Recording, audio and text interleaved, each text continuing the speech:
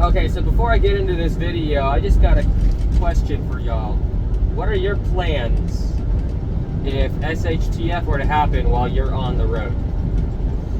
I'm not talking like you're 5 miles away from home. You know, it'll take you an hour to walk home if it's an EMP.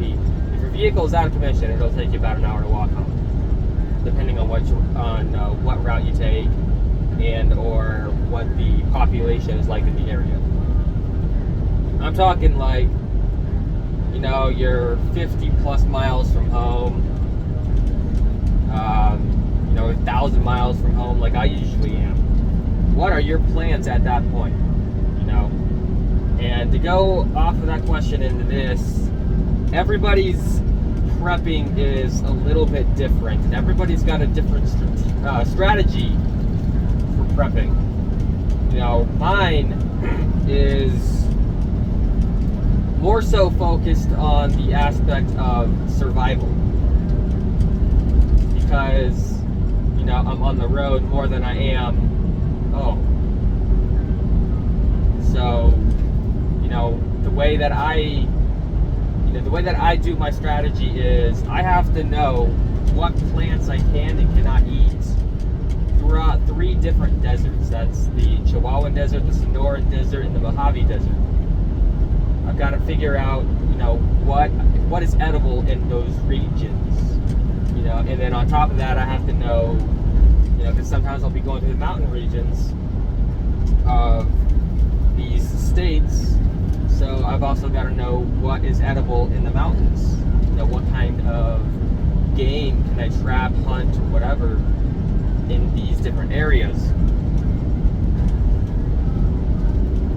So, you know, that's mainly my strategy when it comes to preparedness, is more so along the lines of survivalism than it is prepping. Yeah, I definitely have preps, but probably not as much as other people, and mainly because I'm on the truck a lot. And while it is possible to be to stock food and water on a semi-truck, it's not so much very practical, because we have a weight limit. You know, we have a weight limit across different axles. So we've got a steer axle, which is the very front axle with the tires that, you know, they steer the truck.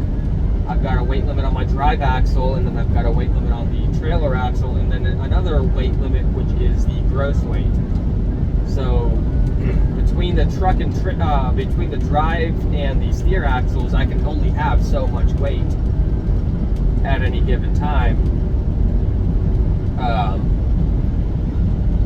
And so it makes it more difficult to prep food and water on the truck, just because of that weight limit. And, you know, you never really know, because I don't really pick my freight, so I don't really know in advance on how heavy that freight is going to be on the trailer, which, you know, everything affects the gross weight. So it's hard to prep food and water on the truck. While I do still do it, it's just in a less quantity. You know, I always make sure that I have more than enough water. You know, I do have a bunch of canned food on the truck and everything that I try not to eat a whole lot of. You know, it is mainly there for oh shit kind of moments. And, you know, I've had to go into it because I've been so broke before that I'm like, oh shit, okay, I don't have money, so I'm going to go into my canned food reserve on the truck. And that's part of being a prepper, is going into your reserve food whenever you don't have the money to get food outside of the truck. You know, as being prepared for that kind of situation, which it does happen every once in a while.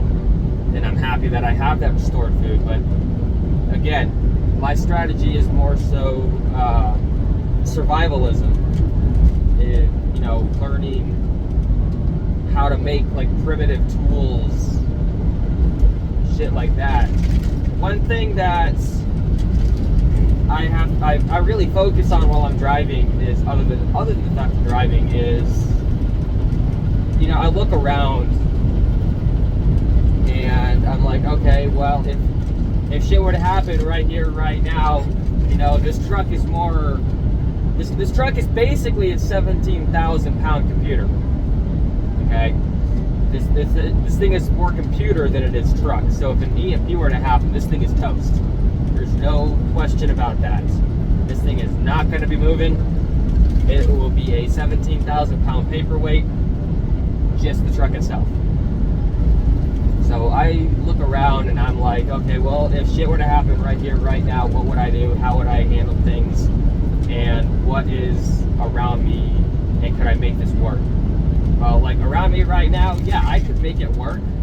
There ain't a whole lot of anything around me. It is all desert. There is greenery.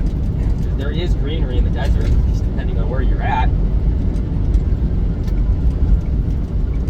But my main focus, like right now, if an EMP were to happen right here, right now, my main focus would be, I need to get out of the sun. Well, it's morning time right now. You know, the sun's still coming up. It's still pretty nice outside. It's not warm. It's cool. So actually, my main focus right now, if it were to happen right now, is I'd get my bag ready. It's already pretty much ready at any given time. But, you know, there's a few things that I still have to put in it that is inside the truck. I'd get that ready, and I would start walking east, because my home is east. My bag is set up for more so for survival to get home, long-term survival to get home, because it's going to take me a little while to get home from where I am right now. As it is right now, it would be about 4 hours to drive home. So, you know, it's going to be a while to walk. Unless I were to be able to find an old-ass vehicle, get it, you know, that, you know, would likely not be affected by an EMP, then it's going to take a while.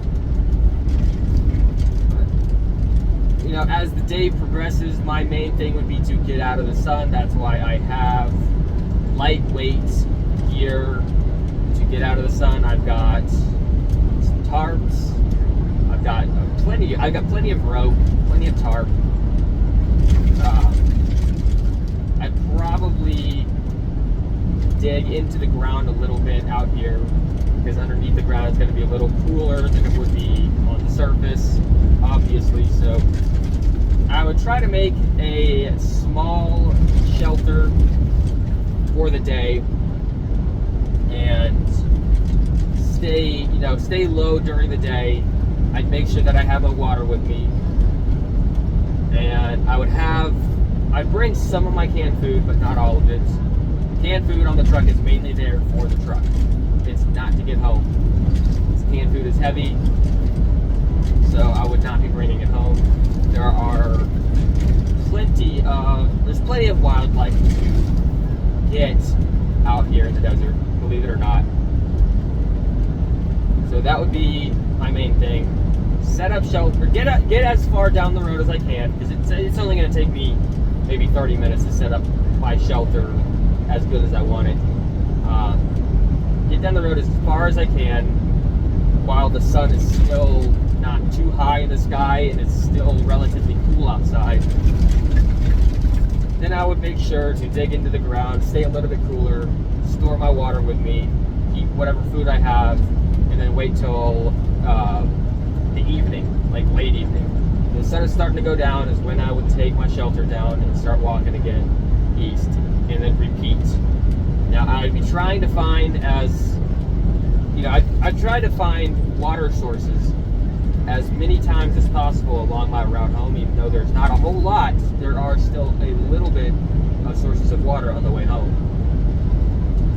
I would be finding as many water sources as physically possible, purifying that water either by boiling it or using tablets, and then, you know, just continue the whole process until I got home, which it would take a while. Hang on, let me figure out exactly how long it would take. Okay, Okay, so I just did the maths and everything. I do all my calculations in metric because it's easier for me. So it's 425 kilometers to home. So it's actually about, in this vehicle, it's actually about 4.25 hours to drive there from right here. So it'd be about 85 hours of just straight walking at 5K per hour. So yeah, it would take me a while to get home. But that's nothing I already didn't know. You know, obviously it would be like double from like California. If SHTF were to happen while I was in California, which is a good, if it's going to happen, there's probably a good chance that it's going to happen while I'm in California, and I got to keep that in mind. And if it were to happen while I was in Cali, I'd be focusing more so on my survival in that situation right there in that region until I can find a means of transportation to get home, because be it horseback if it has to be. But until I can find a viable option for transportation, I'm not walking home from California. It's just not going to happen. That's just the reality of the situation. And maybe that's your situation. Maybe you're going to be 1,000 miles away from home, and SHTF were to happen. I'm not saying just because the current world events going on that you should not travel. My wife and I are planning another vacation to San Diego early next year, because we love San Diego. We don't love California's politics or anything like that. Would never live there. Politics are absolute trash, and the cost of living is horrendous. What I pay for my house would be considered a down payment in California. Beautiful state though, so yeah, we're still planning on a trip down to San Diego early next year. I mean, current events aren't scaring us off from that. You can't let current events dictate your life, so we're still going to do that, but we're going to have a plan just in case shit were to happen.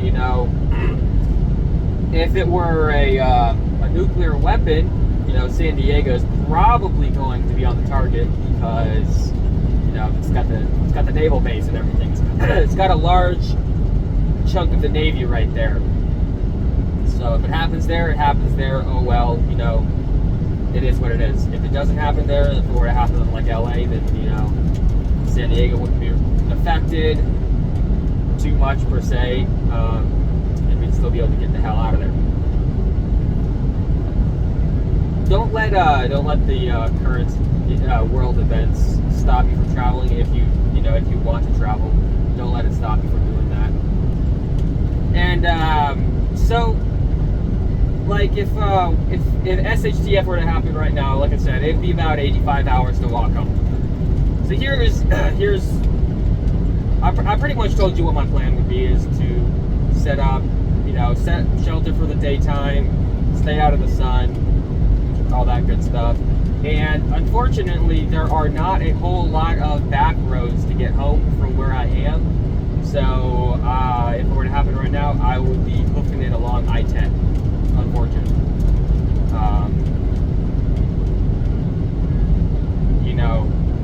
There's not a lot I can do about that. The side of the road is, like, in the brush, is not really a viable option to walk along because of what the side of the road looks like. It's filled with shrubs, small trees, shit like that. Not gonna walk in that if I don't absolutely have to. Obviously, if I saw a group coming, then probably try to get into the bush as much as I can. But other than that, I'd be walking along I-10 for the most part. And then, unfortunately, I'd have to go through a few towns, and to walk out and around the perimeter of these towns, like all of the towns combined, would probably add an extra day And you know, some of the towns I probably would definitely have to walk around, or I would rather prefer to walk around. But one big town that, you know, I would have to go through, and it'd probably be an extra day entirely to walk around this town by itself. That's Las Cruces. You know, I-10 goes right through it, and you've got I-20, and then you've got a bunch of U.S. highways that go through that town. So, you know, it would probably add an extra day onto my journey to walk through that town. But that might have to happen, especially in Las Cruces, because Las Cruces, right as it is, isn't the safest place to begin with. So that's probably what would have to happen right there. The whole point of this video is, what would you do if you're on the road and SHTF happens? Let's say it's an EMP, just to keep things, you know, pretty general. Car stops, unless you have an older vehicle, then, you know, you're probably good. But let's say you have a newer vehicle and it is affected by an EMP. EMP happens. You're 50 to 1,000 miles away from home. What is your plan? What are you going to do? Now, think about that kind of shit. And come up with a plan if you don't already have one.